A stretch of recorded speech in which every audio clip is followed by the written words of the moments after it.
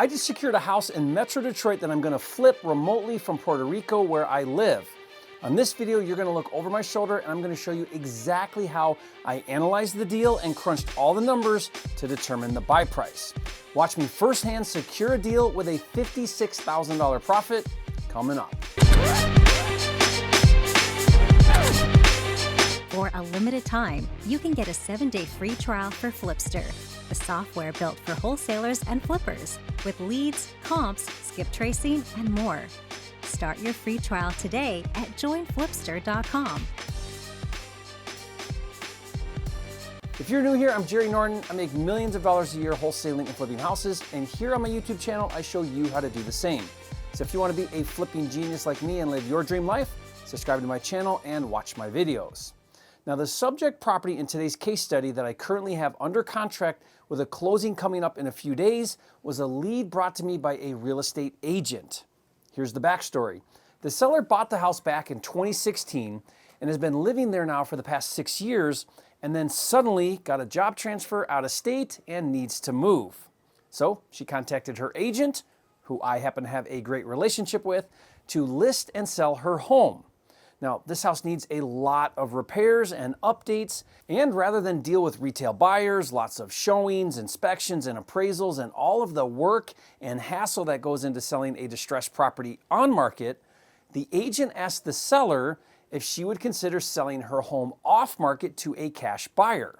Now, he told her that a cash offer from an investor would be less than a retail offer, but explained all of the benefits, including no showings, no repairs, no appraisals, and a fast, simple, and convenient closing. Now, he even said she could leave whatever stuff she didn't want in the home to make packing and moving easier. And she was very open to that idea and said she'd seriously consider a cash offer before listing the home. Now, I want to stop here and digress just for a minute. I want you to think about this situation for a second. This seller has a great job. She's financially stable and not in a desperate situation. She needs to sell her house and knows she can get more money from a retail buyer if she goes on market, but instead would be willing to sell it at a discount to an investor. Why? For speed and convenience. In her case, speed and convenience is more important than getting more money for her house. The takeaway is to never underestimate the value you bring as a wholesaler or flipper to sellers. Remember, your job as a wholesaler is not to create motivation, but rather to find already motivated sellers. Okay, back to our deal. Since this agent is a flipping genius and works with investors like me, and since I'm a flipping genius and cultivated a strong investor-agent relationship with him, he called me about this deal and asked if I'd give him a cash offer. Now, this is technically called a pocket listing. A pocket listing is when, with the seller's consent, an agent finds a buyer and does a private transaction instead of listing on market. Now, think how powerful this is. I didn't spend any time or money to find this lead. While I'm at the beach in Puerto Rico or my lake house in Montana, an agent in Michigan spent the time and money to produce the lead for me. Now, if you think that's brilliant, leave a comment and say, Jerry, you're a flipping genius. If you want to learn how to get 3 to 5 deals a month from agents just like this one, I did a detailed video explaining exactly how to do it. I'll put the link to that video in the description below and you can check it out later. So this agent gave me the address and a Google Drive link to pictures and a video walkthrough of the property so that I could crunch the numbers to determine my maximum allowable offer, or MAO. Now, to do so, there are specifically 2 numbers that I have to figure out. First is the after repair value, or ARV. ARV is the price the home will sell for later after it's fixed up. Now, this is determined by looking at similar homes that have been renovated in the same neighborhood that have recently sold. I'll show you how I determine the ARV on this deal in a minute, so keep watching. The second number I have to calculate is the repair cost. I need to know with some level of certainty how much money it's going to take to rehab the house to increase the value to the ARV.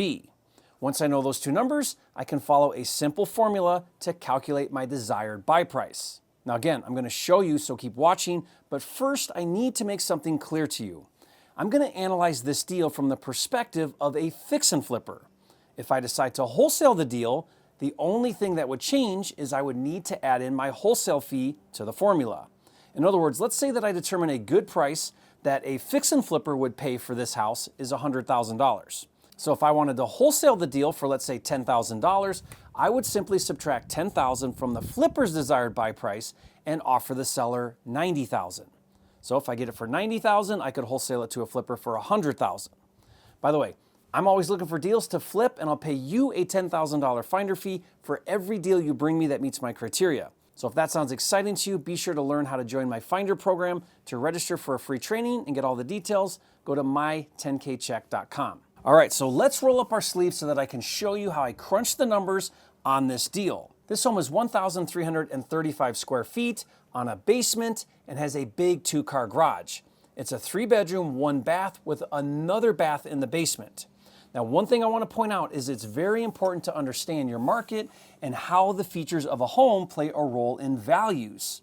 In Metro Detroit, for example, basements and garages, or the lack thereof, can drastically affect the values and is very important to pay attention to.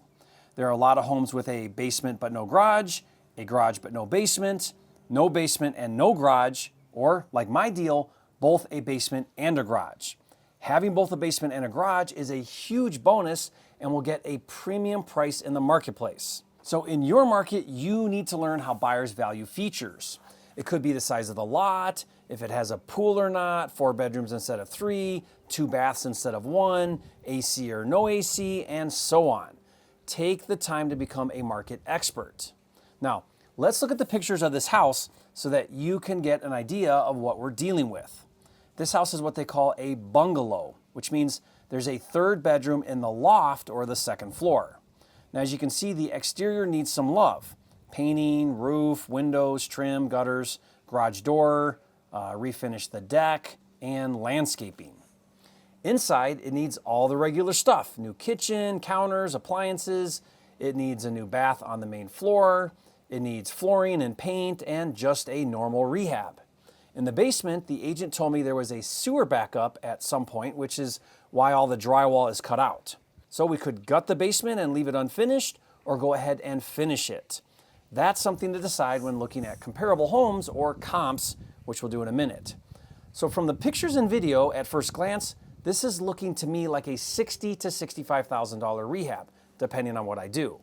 That's just my gut instinct from doing this for almost 20 years, but we'll come back to that later and I'll show you how I got the actual rehab budget.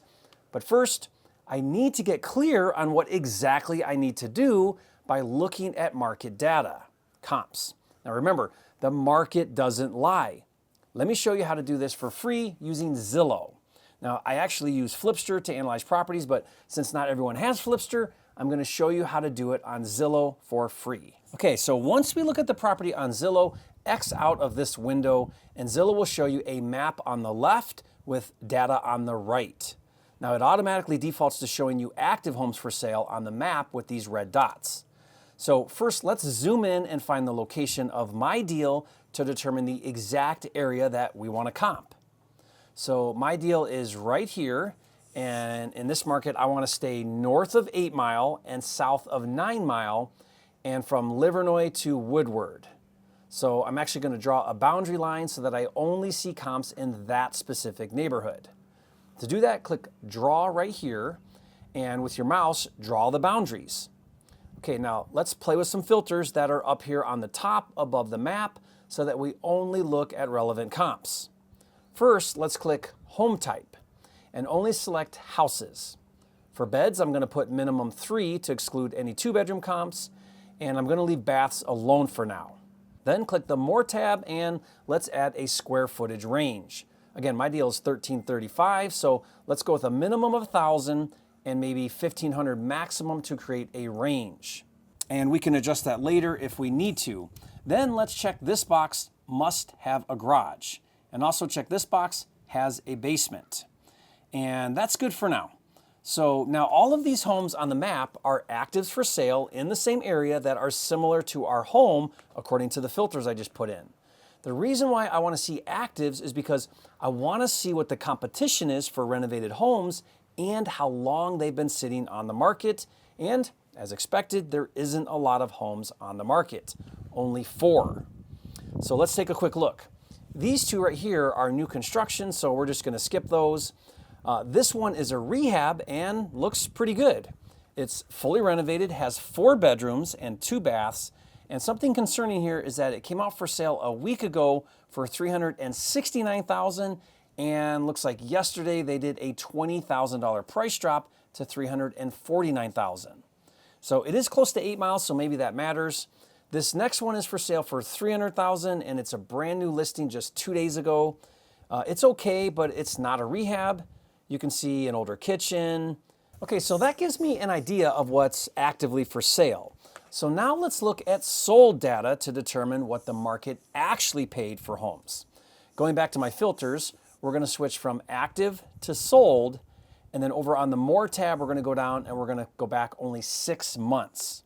Now remember, I'm right here, and look at this cluster of comps within just a few blocks. So I'm actually going to narrow my boundaries to just these few streets. So I'm going to click Remove Boundary and then draw a new boundary. Okay, and now I've narrowed it down to 7 comps. So let's take a look from the highest sold to the lowest. The first is this house on Hazelhurst, which is the next street south of my house. This sold for $382,000 and just closed a few weeks ago. This is a 3-bedroom, 2-bath like mine, and it's been rehabbed and done really nice. Now take a look at how nice this is. So there are 2 bedrooms and 1 bath on the first floor, and then upstairs is a master with an additional bath added. But check this out. The basement is not finished, and there is not a bath in that basement. There's no deck and only a 1-car garage. So our house has some really good things going for it, but this is a really good comp, and the thing I'm learning right from this comp is that I would need to add a bath in that 2nd floor master. Okay, let's look at this next comp on Saratoga that sold a few weeks ago for $375,000. What's crazy is it was listed for $329,000, so it sold for $45,000 over asking price. Now, like my deal, it's a 3-bedroom, but has 3 baths, which means 1 on the main floor, 1 on the 2nd floor with a 3rd bathroom in the basement. Now, I also want to see if the basement is finished and if it has a big garage and a deck. So let's look at the pictures. Right away, I noticed that this is not a flip. It's well taken care of, but it is not a rehab. Now, I like the fireplace. I think that's a nice feature. Here's the kitchen, which I'm not impressed. Those are not granite countertops. The tile on the floor is dated. This bath is really nice, all updated with counters and tile and shower glass. But this 2nd bath is not updated. It has the original pink tile and older counters. And check it out. The basement is finished, and there's the 3rd bath in the basement, and it's also dated as well. It does have a patio and a big 2-car garage. Okay, let's look at one more that just sold 2 days ago for only $325,000. Now, as I look at this, the question I'm going to be asking is, why did it sell for so much lower? Let's take a look. So it's a nice looking rehab. So it looks like they did a pretty good job.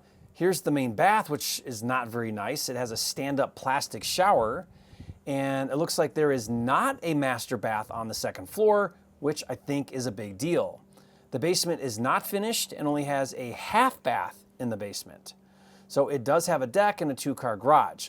So I really think that the reason why this sold for so much less is because it only has a bath and a half and an unfinished basement. All right, so let me summarize my analysis. My house has the right bones to be a $375,000 ARV. But to get $375,000, aside from doing a full update, I need to get a 3rd bath in the upstairs in that master, and I need to finish the basement. Remember, the market showed us what it wants for $375,000. That is actual data. Logically, if I match that, I too can get $375,000. The next question is, what is it going to cost me to renovate a house that meets all of the market requirements to get $375,000? Here's what I did to figure it out. Since this is a pocket listing and the agent is exclusively working with me, I have time to get bids. So I sent my contractors over to the property. My agent even met them there. And one of my main contractors I use a lot gave me a complete price of $75,000 to do everything I want. Now, I'll get a few more bids to verify that that's a good price, but assuming it cost me $75,000 to get this house to a $375,000 ARV, the next question is, what do I need to buy it for? And to answer that question, let me pull up my deal analyzer tool and fill in the information that we know. Right here is our ARV of $375,000. Right here is our rehab budget of $75,000. Right here are two soft costs that every flipper has to factor in. The first is closing fees. It's going to cost a flipper to buy this house and again when they sell it.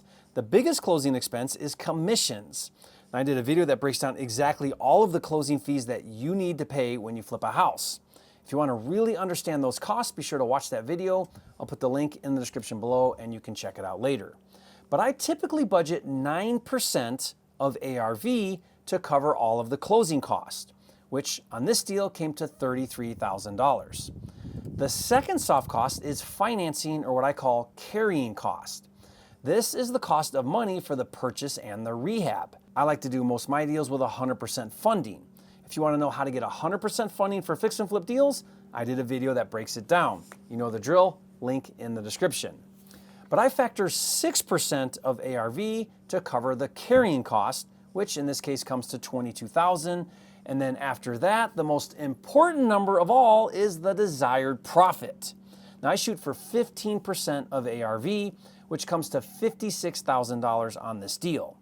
And don't forget, my agent who brought me the deal wants a $5,000 finder fee. That means I need to buy this property for $182,500. By the way, this deal analyzer comes standard with Flipster. If you've never heard of Flipster, it's a cloud-based, all-inclusive system to help you organize, streamline, and automate all of the steps to wholesaling and flipping houses. And right now, for a limited time, I'm giving a 7-day free trial to Flipster. To learn more and see it in action, just go to joinflipster.com. Okay, so once I felt good about my numbers, I went back to my agent and I told him to offer $180,000 cash to the seller, which he did, but the seller came back and said she's willing to take a discount for the convenience, but not that big of a discount. She said the lowest she would go is $200,000. And if I'm unable to do that, she'll go ahead and list it for $250,000 and see what she can get. So I went back to the drawing board. Here's what I did. Going back to my deal analyzer, I have a few options. I could cut my profit. If I lower the profit down to 9%, I'd only make $34,000 if I paid $205,000 for this house. And this is what most flippers would do, cut their margins. By the way, leave a comment and tell me if you do this deal to make $34,000. For me, I don't like to do deals for the sake of doing deals, and I want to see a bigger return for the time, energy, and effort and risk, even though I have my processes dialed in. So instead, here's what I decided. Currently, I've got some cash that I'd like to get to work. So what I decided was to self-fund this deal using my own money and therefore remove the carrying cost, which means if I put the profit back at 15% of ARV, I can go back to making $56,000 and pay $205,000 for the property. And there you have it. On this one, I'm gonna go ahead and fix and flip this deal, and so that's what I decided to do.